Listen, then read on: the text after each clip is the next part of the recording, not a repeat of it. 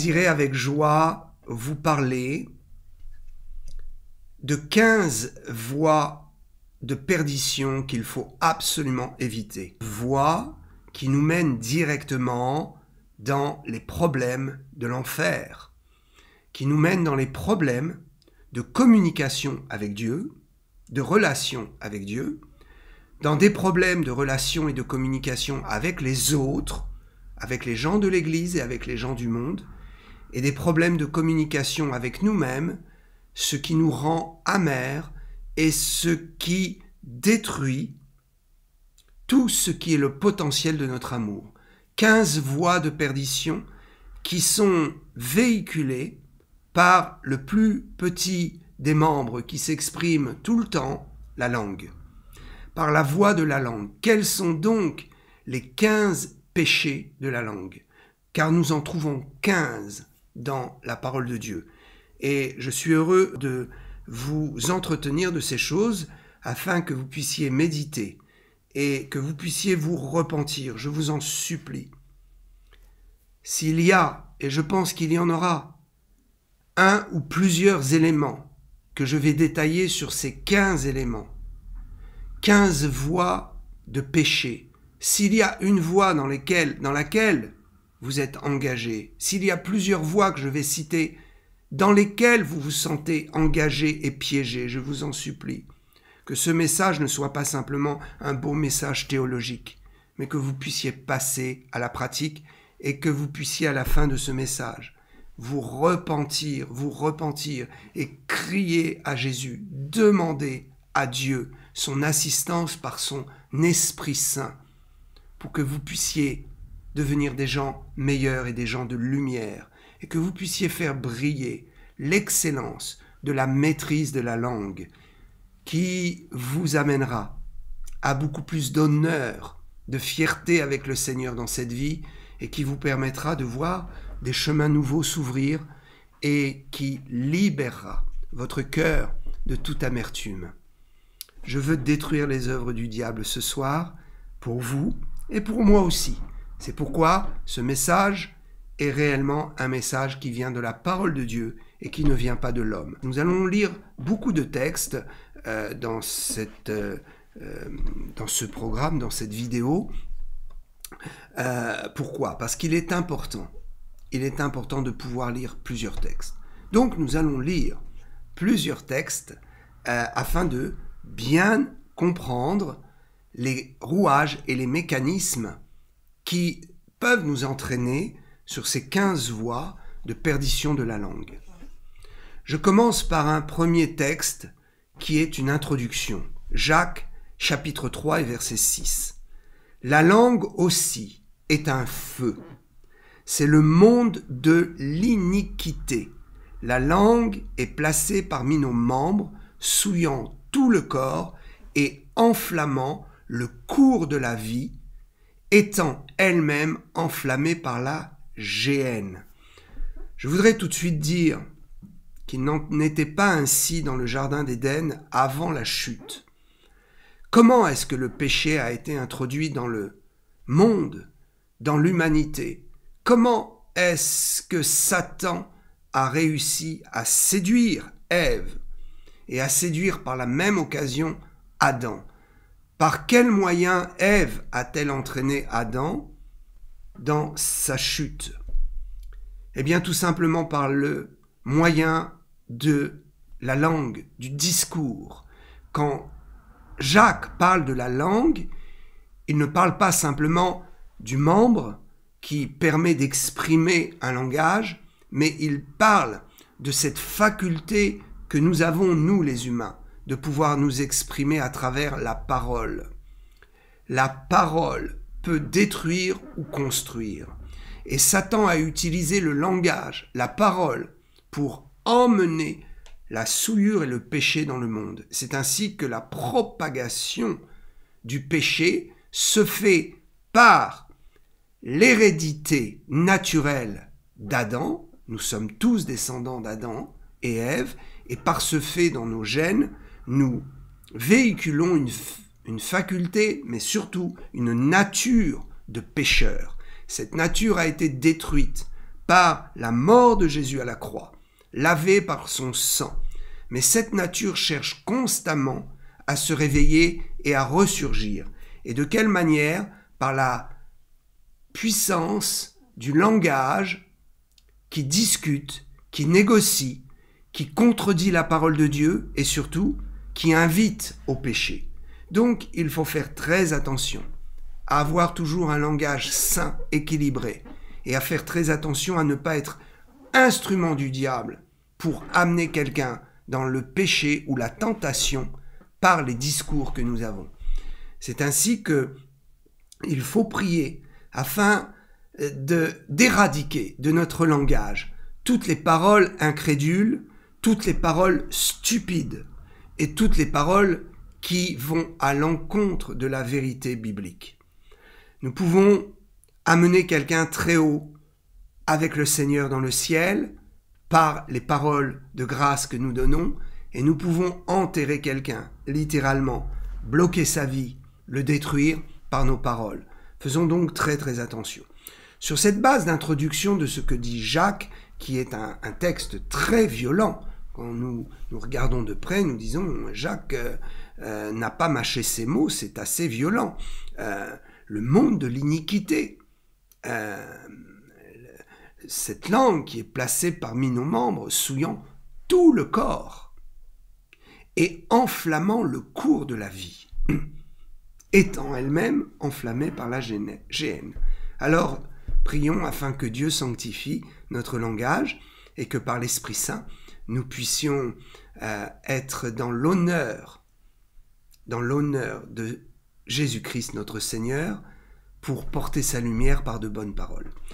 Première chose, donc nous allons voir 15 points. Je vais passer relativement vite sur les 15 points parce que je veux vous donner une base de réflexion, une base de travail pour ceux qui sont dans des groupes de prière, ceux qui prêchent l'évangile du haut d'une chaire, d'une estrade, ceux qui ont charge d'âme, ceux qui peut-être sont des assistants, pasteurs, des copasteurs, certains qui sont en formation pour entrer dans l'œuvre de Dieu, quelle que soit votre place dans le corps de Christ, votre place même dans la société, je voudrais vous donner 15 éléments de réflexion biblique afin que vous puissiez entrer dans cet honneur d'être des hommes et des femmes dignes dans ce monde, de porter la lumière et de combattre la puissance des ténèbres par un langage doux et agréable.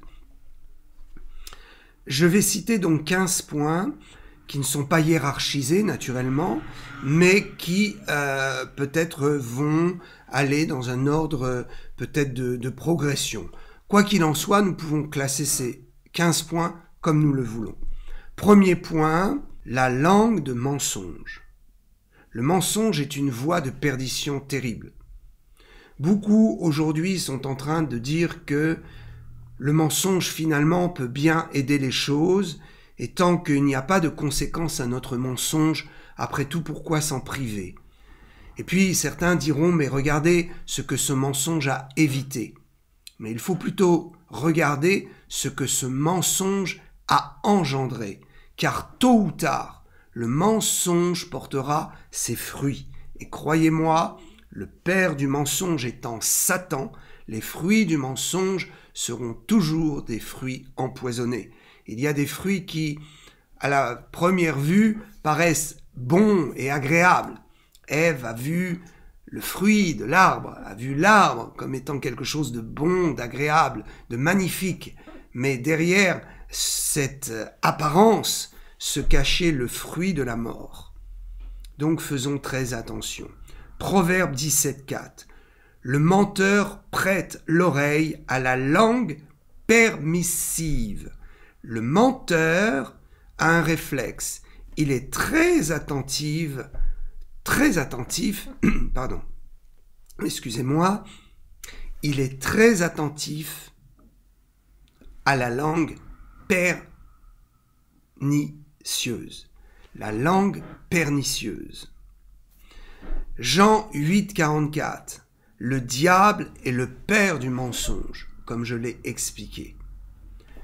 Ne croyez pas qu'un petit mensonge peut passer inaperçu et que finalement, il n'y aura pas de conséquences.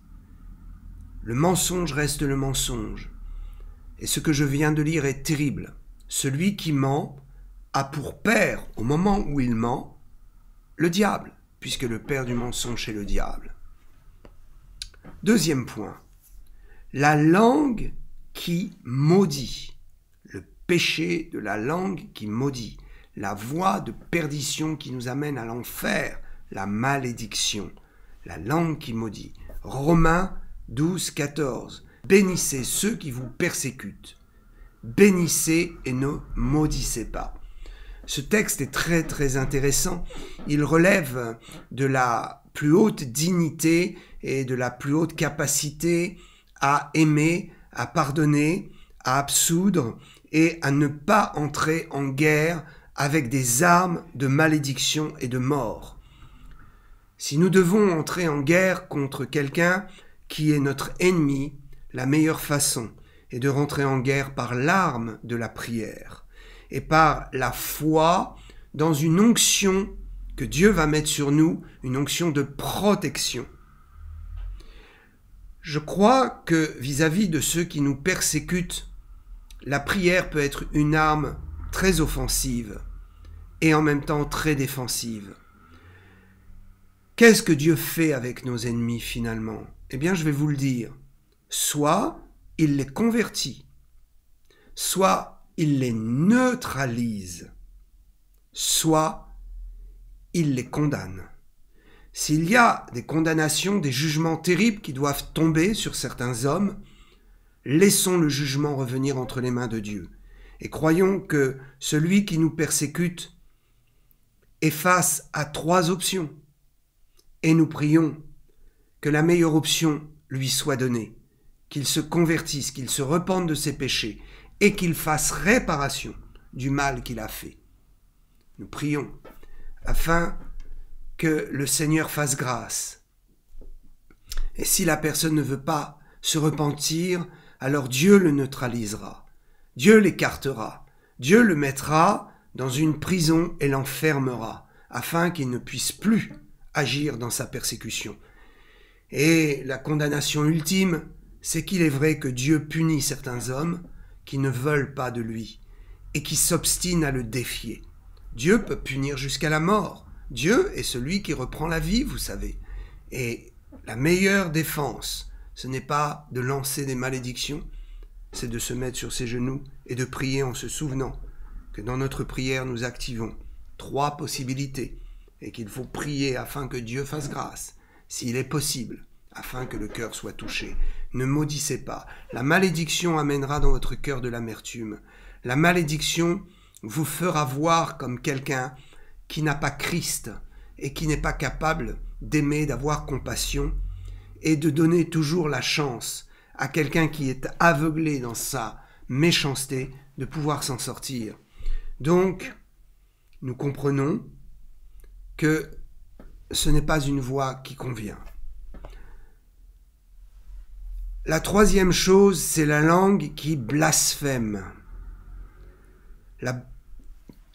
L'action de blasphémer, la voie du blasphème, est quelque chose de terrible. C'est quelque chose qui active l'assistance du monde des ténèbres. Car dans le ciel, les êtres qui blasphèment contre Dieu ne peuvent être que des anges déchus, des démons ou des créatures qui ont abandonné Dieu. Il n'y a pas 2 possibilités. Au ciel, il y a ceux qui sont avec Dieu et ceux qui sont contre Dieu. Il n'y a pas de milieu. Il n'y a pas d'être céleste qui puisse avoir la possibilité de s'asseoir entre 2 chaises. Pourquoi? Parce que pour les êtres célestes, tout est joué. Et il n'y a pas possibilité de retour. Donc, les créatures célestes qui sont tombées, qui ont abandonné Dieu ou qui ont rejeté Dieu, sont forcément dans le camp et dans le cas de la perdition éternelle. Sur terre, il peut y avoir des gens totalement avec Dieu, des gens totalement contre Dieu, et des gens qui sont entre deux, à la limite des 2 frontières, ce que j'appelle l'intersection des deux chemins, entre l'autoroute de la perdition et le chemin étroit qui mène au ciel. Parfois, nous pouvons être des humains qui nous trouvons juste à l'intersection. Et tantôt nous basculons un peu d'un côté, tantôt de l'autre. Nous ne sommes pas vraiment dans un, ni pas vraiment dans l'autre. Mais Dieu nous fait cette grâce, parce que tant qu'il y a de la vie sur terre, il y a possibilité de prendre une vraie décision, et une vraie décision pour Christ. Donc, ceux qui blasphèment au ciel ne sont que des êtres déchus, abominables, ténébreux, qui sont dans le camp de Satan et pour lesquels il n'y a plus possibilité de retour. Donc, celui qui blasphème sur terre attire directement l'assistance du monde des ténèbres. Le blasphème est quelque chose de terrible. Lévitique 24, 14. Fait sortir du camp le blasphémateur. Tous ceux qui l'ont entendu poseront leurs mains sur sa tête et toute l'assemblée le lapidera. Nous ne sommes plus sous la loi, mais nous devons retenir la pensée de ce texte. Nous devrons retenir l'attitude spirituelle de ce texte. J'encourage les pasteurs à faire sortir de leur assemblée les blasphémateurs qui persistent et persévèrent. Car les blasphémateurs qui persistent et persévèrent sont soit possédés, soit ils ont décidé de s'amuser avec cela et ils tentent Dieu et ils provoquent l'Église.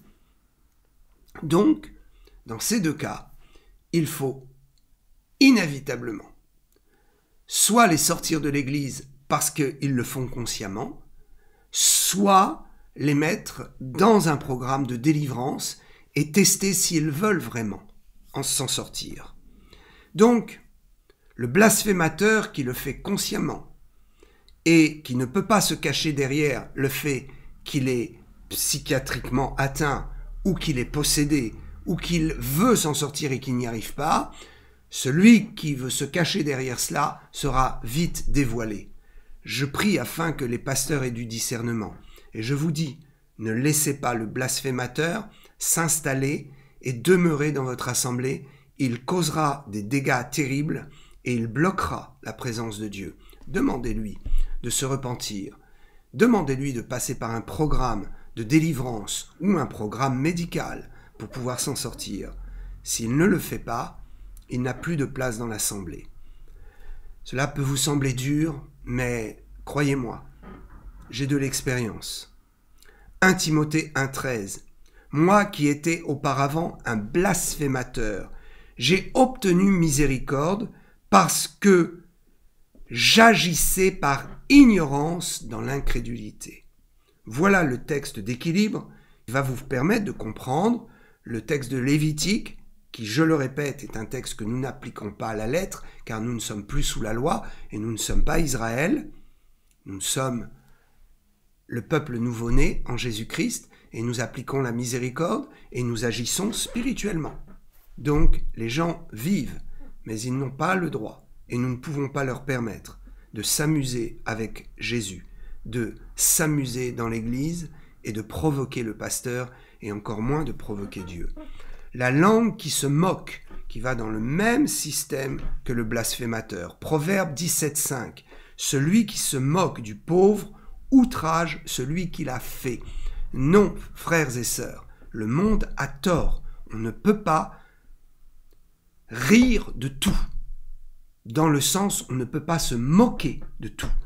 Il y a des plaisanteries qui sont acceptables, mais je parle de ces plaisanteries qui mettent une odeur de moquerie et qui sont une insulte, qui sont un manque de respect pour certains. Non, je regrette. La Bible nous dit qu'on ne peut pas rire de tout, qu'on ne peut pas se moquer de tout. 2 Pierre 3,3. Il viendra des moqueurs avec leur raillerie. Dans la fin des temps, les moqueurs sont nombreux. Les moqueurs sont terribles. Les moqueurs tentent Dieu. C'est une forme de blasphème. C'est un blasphème contre la créature. Ne vous moquez pas de ceux qui sont dans la difficulté. Ce n'est pas chrétien, ce n'est pas la lumière. Ne vous moquez pas de ceux qui souffrent, vous ajouterez à leur souffrance et vous les isolerez. Par votre incrédulité, votre manque d'amour, vous aurez des comptes à rendre devant Dieu. Proverbe 22:10. Chasse le moqueur et la querelle prendra fin. Ce texte est très très fort. La première fois que j'ai découvert ce texte avec une révélation, c'était lorsque j'écoutais il y a longtemps le pasteur Dag Heward-Mills, qui est un véritable apôtre au Ghana et qui a plus de 2500 églises dans le monde. Et croyez-moi, ce sont des églises qu'il a lui-même engendrées, avec des pasteurs qu'il a formés, un homme extraordinaire. Et il parle, notamment dans l'un de ses livres, de ce texte. Pourquoi est-ce que le proverbe dit avec beaucoup de sagesse, proverbe 22:10, « Chasse le moqueur et la querelle prendra fin ».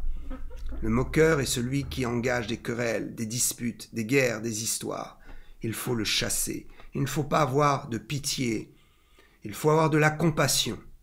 Et la compassion nous invite à faire sortir de l'Église qui est sainte, de faire sortir celui qui ne veut pas devenir saint, celui qui refuse la main que Dieu lui tend, celui qui vient pour faire du dégât et se moquer.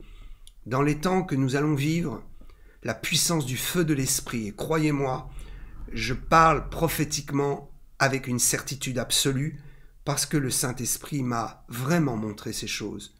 Je vous dis que dans les temps qui viennent, le feu du Saint-Esprit sera tellement fort dans l'Église que, croyez-moi, celui qui se moque de Dieu sera châtié au milieu de l'Église. Il vaudra mieux le chasser, l'en faire sortir en lui disant « frère » ou « ami » ou « toi qui es dans ce monde, va dans ce monde, mange le pain de ta souffrance et reviens humblement et nous t'accueillerons pour que le Seigneur te fasse grâce, que tu changes de vie et que tu te repentes de tes péchés, de tes blasphèmes et de tes moqueries. » Nous tendons la main, mais à un moment donné, il ne faut pas laisser le diable s'amuser sur les rangs de l'Église. Chasse le moqueur. 5e point, la langue orgueilleuse. Jacques 3:5. De même, la langue est un petit membre, et elle se vante de grandes choses. Voici, comme un petit feu peut embraser une grande forêt. Je ne vais pas détailler et aller plus loin sur ce cinquième point, qui est une voie de perdition terrible vers l'enfer. L'orgueil, c'est ce qui a perdu Satan. L'orgueil, c'est ce qui perd tellement d'hommes et de femmes dans cette génération. Ne pas vouloir capituler, être têtu et orgueilleux, c'est une chose terrible. Je prie pour vous, s'il y a encore de l'orgueil dans votre vie, et je vous invite à demander pardon à Jésus et à lui demander son assistance pour que toute racine d'amertume disparaisse et que tout langage orgueilleux et vaniteux disparaisse, afin que vous vous accordiez la faveur du ciel, la faveur des hommes, afin qu'on vous reconnaisse comme quelqu'un d'humble et que surtout vous puissiez être fiers de vous-même et passer dans cette voie d'excellence, l'humilité. 6e point, la langue qui rend un faux témoignage. La langue qui rend un faux témoignage. Exode 20:16. Tu ne porteras point de faux témoignage contre ton prochain. Proverbe 21:28. Le témoin menteur périra. Le faux témoignage sera enregistré dans les livres de Dieu. Et ces livres seront ouverts un jour au ciel. Il y a naturellement le livre de vie, mais il y aura le livre de chaque vie, de chaque existence, de votre vie, de ma vie. Et dans ce livre, il vaudrait mieux que le sang de Jésus soit passé, parce que vous vous serez repentis de vos faux témoignages. Je vous en supplie, si vous avez conduit des gens en prison, si vous avez détruit des foyers, si vous avez séparé des époux, si vous avez privé des enfants de leur père et de leur mère par des divorces, par des querelles, si même Par votre faux témoignage, certains ont été se suicider. Je vous en supplie, repentez-vous immédiatement, demandez pardon à Dieu, invoquez la grâce et la miséricorde du Seigneur, afin que votre péché soit pardonné, afin que votre conscience soit libérée, afin que Dieu puisse miraculeusement délivrer votre vie, votre conscience, et laver le livre de votre vie, le livre de votre existence, le laver définitivement de ce péché abominable qui est le faux témoignage. Certains se sont retrouvés dans des situations désastreuses, des vies gâchées, des années de souffrance, parce qu'une personne un jour s'est levée avec un faux témoignage. Ce point est très important.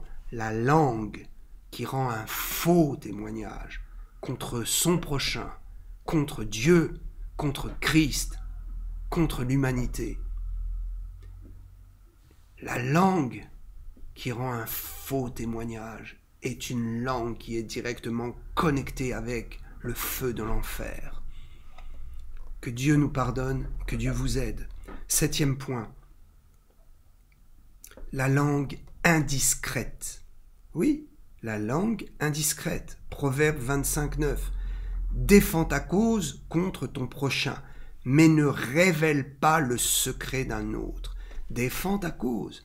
Prends les arguments que tu as, mais ne sois pas un être indigne, un être qui manque tellement d'humanité, tellement de compassion, un être qui n'a pas de dignité et qui révèle ce qui a été dit sous le serment du secret, ce qui doit rester secret pour ne pas accabler la personne, pour ne pas l'amener au-delà d'un jugement logique et normal et équilibré.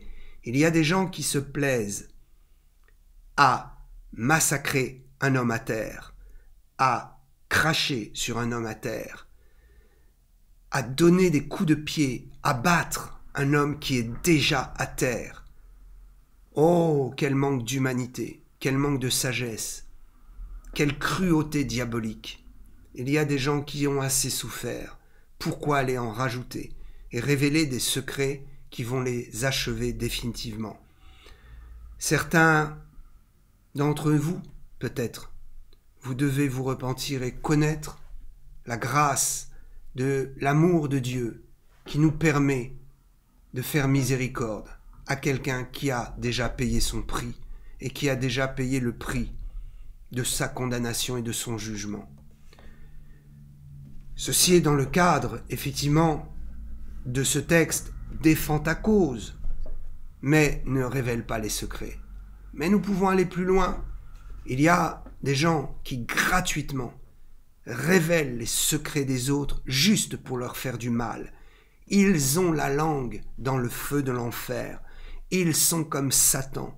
Ils prennent plaisir à voir souffrir l'autre juste par orgueil, par propre satisfaction ou par plaisir de voir l'autre souffrir. Si vous en êtes là, c'est qu'un démon a pris possession de votre cœur. Je vous invite à vous repentir, car le feu de Dieu passera, il vous condamnera et il vous emmènera en enfer. Et tôt ou tard, vous devrez subir le châtiment de ce que vous avez semé sur cette terre. Je vous parle avec grand sérieux, parce que le Seigneur est à la porte. La coupe de la colère est prête d'être déversée. Les coupes, ou les fioles, selon l'expression plus biblique, traduite plus exactement dans le livre de l'Apocalypse, les fioles de la colère de Dieu sont prêtes à être déversées sur cette terre. Et croyez-moi, si vous êtes indiscret, que votre indiscrétion a fait souffrir des gens et a détruit la vie des gens, si vous ne vous repentez pas, Dieu est un Dieu juste et vous aurez des comptes sérieux à rendre. Il faut demander pardon à Dieu, demander pardon aux gens et faire tout ce qui est dans notre possible pour faire réparation tant que cela nous est donné. 8e point, la langue hypocrite. Combien de religieux, combien de gens qui confessent Christ, sauveur, et qui pourtant sont dans une hypocrisie totale par leur langage, un faux langage hypocrite. C'est terrible, c'est une voie de perdition. Dieu jugera les hypocrites. Croyez-moi, si vous ne changez pas, si vous êtes dans une de ces cases et que vous ne criez pas à Dieu pour un changement radical, si vous ne renoncez pas à votre péché, ce qui se produira, c'est que vous devrez rendre des comptes et que Dieu fera tomber sur vous un châtiment de justice.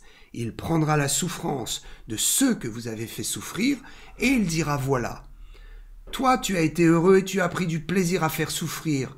Eh bien maintenant, je suis un Dieu juste, tu vas souffrir pour le mal que tu as fait. C'est l'équité.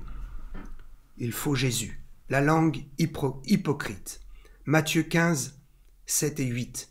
Hypocrite. Ésaïe a bien prophétisé sur vous quand il a dit « Ce peuple m'honore des lèvres, mais son cœur est éloigné de moi. » C'est de l'hypocrisie, faire semblant, venir pour se montrer, venir pour avoir quelques intérêts. J'ai vu dans des églises des gens venir parce que dans ces églises il y a des chefs d'entreprise et ils viennent pour avoir des faveurs ou signer des contrats. Ils lèvent les mains, mais leur cœur n'est pas à Jésus.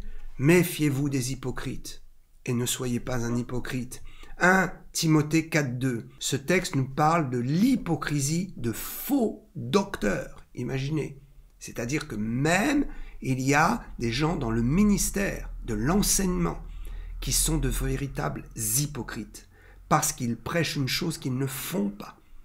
Parce qu'ils prêchent une chose dont ils n'ont pas eu la révélation, mais qu'ils répètent comme un perroquet parce qu'ils l'ont entendu d'autres. Et cela fait de la visibilité et cela fait bien.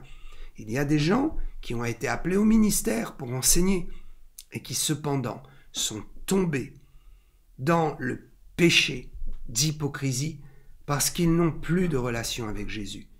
Ils n'ont plus cette relation avec la parole qu'ils prêchent et ils font le contraire de ce qu'ils prêchent. Romains 12, 9. Que la charité soit sans hypocrisie. Beaucoup de choses à dire, donc je ne donne que quelques éléments, mais je vous donne des textes clés pour que vous puissiez les méditer. Je crois que le Seigneur est avec vous, il est avec moi, et il nous reprend avec amour, mais avec fermeté. Et pour ceux qui ne se sont pas repris ce soir, mais qui constatent qu'ils n'ont pas entrepris la voie de ces perditions-là, de ces chemins de perdition, pour ceux qui se disent « Oh, merci Seigneur », c'est vrai que cette voie-là, avant j'avais emprunté, je ne l'emprunte plus. Ou peut-être, Seigneur, tu m'as fait grâce, je ne suis jamais rentré dans ces voies-là. Tu m'as donné un cœur pur et sincère, et je te loue de ce que je ne suis jamais rentré dans ces voies. Eh bien, que le Seigneur vous bénisse pour cela. Ne vous condamnez pas pour des choses que vous n'avez pas faites. Et dites merci au Seigneur, si vous avez marché avec sainteté, c'est une grâce. Le 9e point. La langue oublieuse de ses vœux. Oubliez que vous avez fait des vœux, que vous avez fait des engagements, que vous avez fait des alliances avec le Seigneur et avec ses serviteurs, avec également ses enfants dans l'Église, avec également des gens dans ce monde qui ont le droit, même s'ils ne connaissent pas le Seigneur, même s'ils ne sont pas chrétiens comme vous, ils ont le droit à votre respect. Et ils ont le droit à pouvoir s'appuyer sur vos vœux, sur vos engagements, sur vos alliances, afin que vous soyez des gens dignes et non pas parjures, qui s'engagent et qui se désengagent le lendemain sans payer les conséquences de leur désengagement et sans tenir compte des conséquences qui peuvent être dramatiques parfois lorsqu'on ne respecte pas ses engagements et ses vœux vis-à-vis de Dieu. Ecclésiaste, chapitre 5, versets 4 et 6. Lorsque tu as fait un vœu à Dieu, ne tarde pas de l'accomplir. Ne permets pas à ta bouche de faire pécher ta chair. J'ai été un peu dans le résumé de ces deux versets. Et puis Jacques, chapitre 5, verset 12. Que votre cœur soit oui et que votre non soit non. Ecclésiaste, chapitre 5, versets 4 et 6, et Jacques 5, verset 12. 10e point. La langue qui est une source de confusion. Oh, déliez-vous de cela. Si vous avez une tendance à ne pas savoir exprimer ce que vous voulez dire, si vous avez un blocage, un problème, vous voulez vous exprimer, mais c'est toujours la confusion dans ce que vous dites, eh bien, prenez des cours de diction. Priez le Seigneur, d'abord, naturellement, et puis si cela persiste, priez et demandez à Dieu de vous délivrer de tout esprit de confusion dans votre langage. Quand je me suis converti, je m'exprimais très très mal. J'étais confus et cela posait des problèmes. Mais le jour où je me suis converti, en moins de 72 heures, le Seigneur a transformé mon langage et mon langage est devenu plus cohérent. Mon esprit, mes pensées se sont mis en harmonie avec ma langue, mon dialogue et mes paroles. Il y a certains, vous pouvez être atteints de quelque chose qui est diabolique, qui est maladif.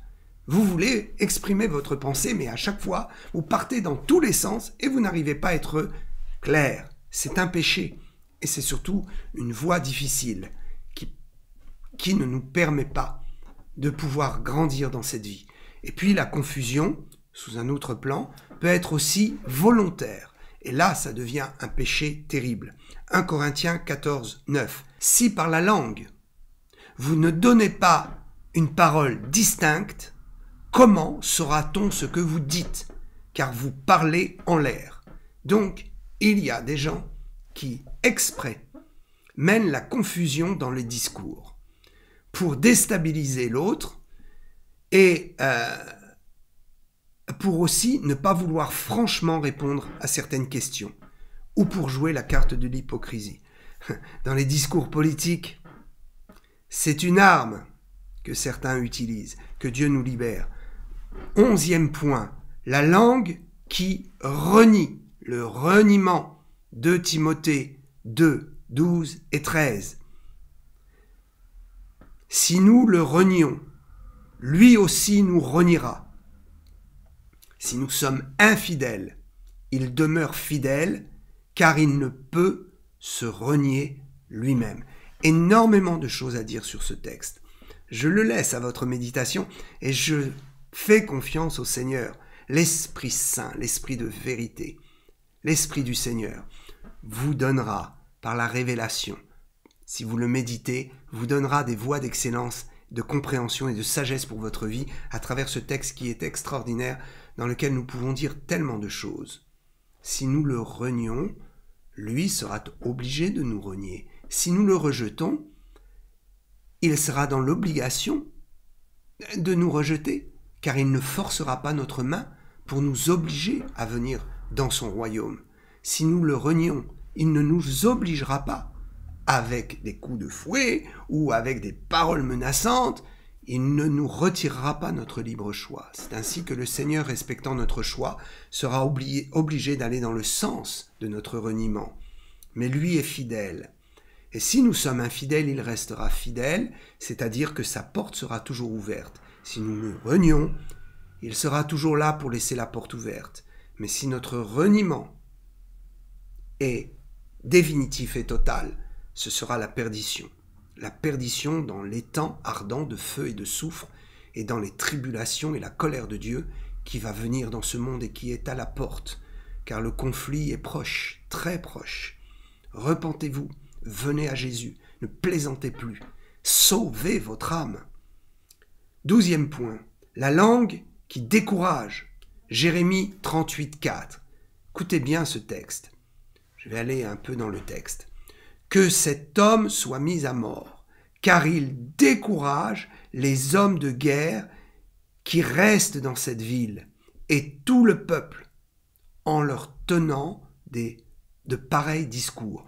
Ce texte est en train de nous dire que si un homme est en train de décourager les hommes de guerre, est en train de décourager le peuple en tenant des discours incrédules, des discours de peur, alors ceci est un péché très grave. Et dans l'Ancien Testament, il y avait une sentence de mort. Alors cette sentence de mort était-elle réelle, physique? Vous savez, la loi a ordonné la lapidation, mais l'histoire d'Israël nous raconte, l'histoire orale et en tout cas les archives d'Israël nous racontent qu'il y a eu très peu de lapidation et que souvent il y avait des exclusions et des menaces de mort qui faisaient que les gens se repentaient. Mais quoi qu'il en soit, nous n'allons pas mettre les gens à mort, mais nous pouvons en tout cas les exclure. L'homme qui décourage ceux qui ont envie de se battre. Il y a des gens qui veulent se battre dans la vie.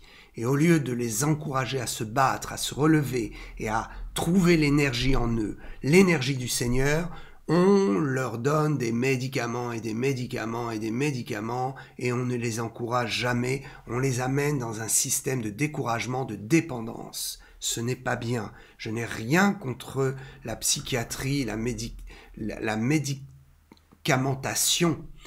Donner des médicaments à ceux qui sont perturbés dans leur esprit. Mais j'ai quelque chose contre l'excès et contre le fait que ce soit une solution facile dans laquelle il n'y a plus d'assistance aux malades, dans l'exercice de l'encouragement, dans l'exercice de l'assistance pour que la personne s'en sorte. Il y aurait beaucoup de choses à dire. Je ne suis pas là pour développer tous ces points. Il nous faudrait peut-être une réunion tout entière pour chaque point, ou peut-être même tout un séminaire. Je vous donne des pistes, mais croyez-moi, la langue qui décourage est une langue perverse, qui est remplie d'incrédulité et qui fait le travail du diable. Encourageons les gens à se battre, encourageons les gens à se relever, encourageons les gens à sortir de la dépendance, de l'assistanat. Que Dieu mette sa main sur nos élus qui utilisent le découragement pour avilir le peuple, pour soumettre le peuple, pour amener dans l'esclavage le peuple afin que le peuple ne dise plus rien lorsque les dirigeants de ce monde imposent des lois iniques, des lois d'esclavage, des lois qui vont abêtir le peuple, qui vont l'affaiblir et qui vont le rendre dépendant d'une élite politique qui s'en servira pour bien vivre et qui n'aura aucun scrupule de voir des gens complètement vidés de toute substance, de vie, d'espérance, de courage et de discussion.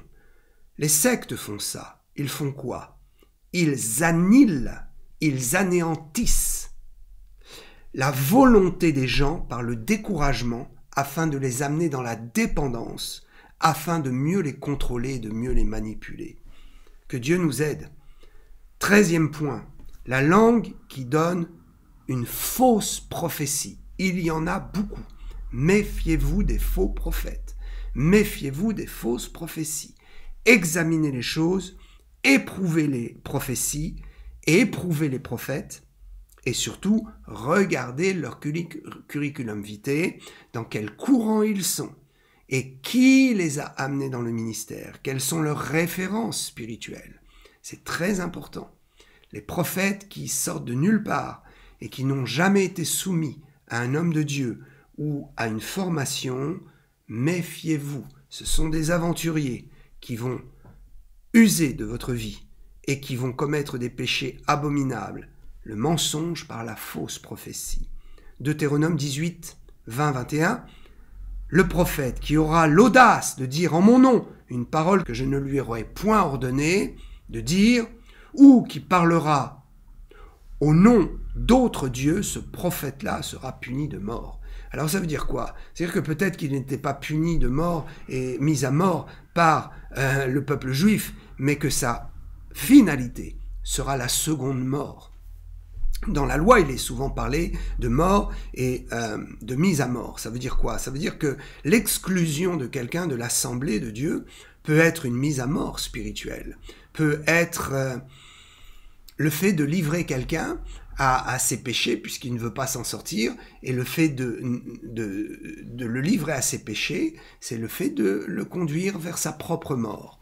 Il y aurait beaucoup de choses à méditer à ce sujet, mais il est vrai que celui qui fait des fausses prophéties et qui ne veut pas se repentir, qui ne veut pas reconnaître, qui est dans l'orgueil et l'obstination, celui-là aura une épée Damoclès au-dessus de sa tête, il aura le jugement de Dieu au-dessus de lui, et il risque bien de finir dans la mort éternelle pour les nombreux péchés qu'il aura commis par ses fausses prophéties, en emmenant des vies dans la destruction, dans le découragement, dans la désillusion totale. Nous pouvons tuer quelqu'un avec une fausse prophétie. Que Dieu nous aide à être sérieux.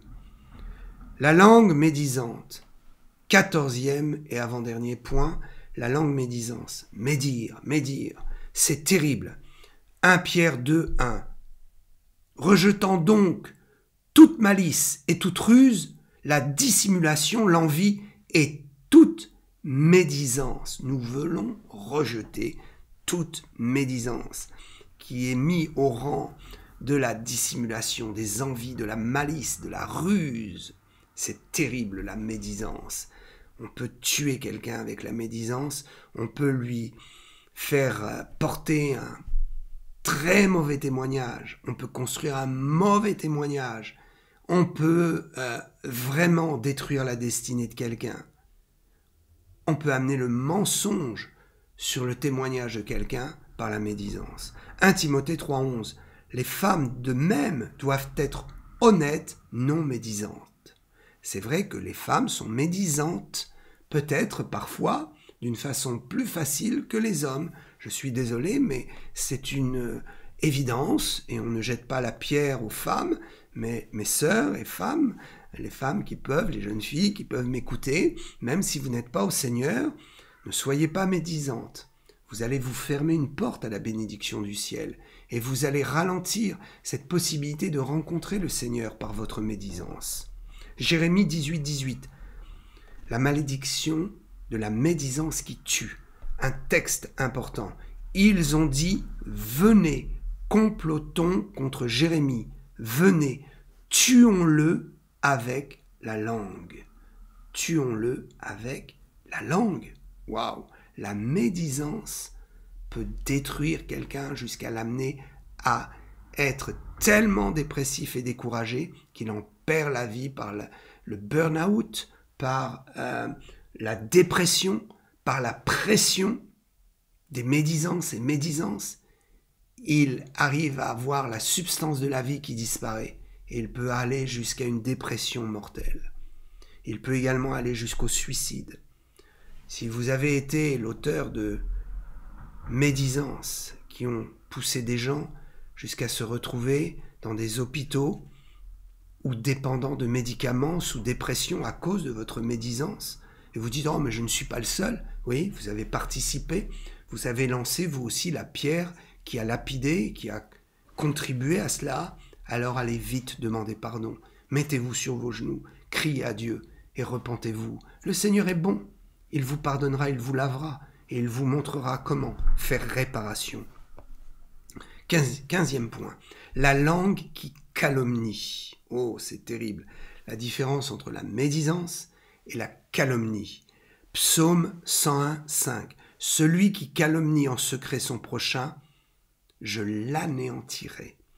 La calomnie est quelque chose de terrible. Dieu dit que le calomniateur sera anéanti par sa main.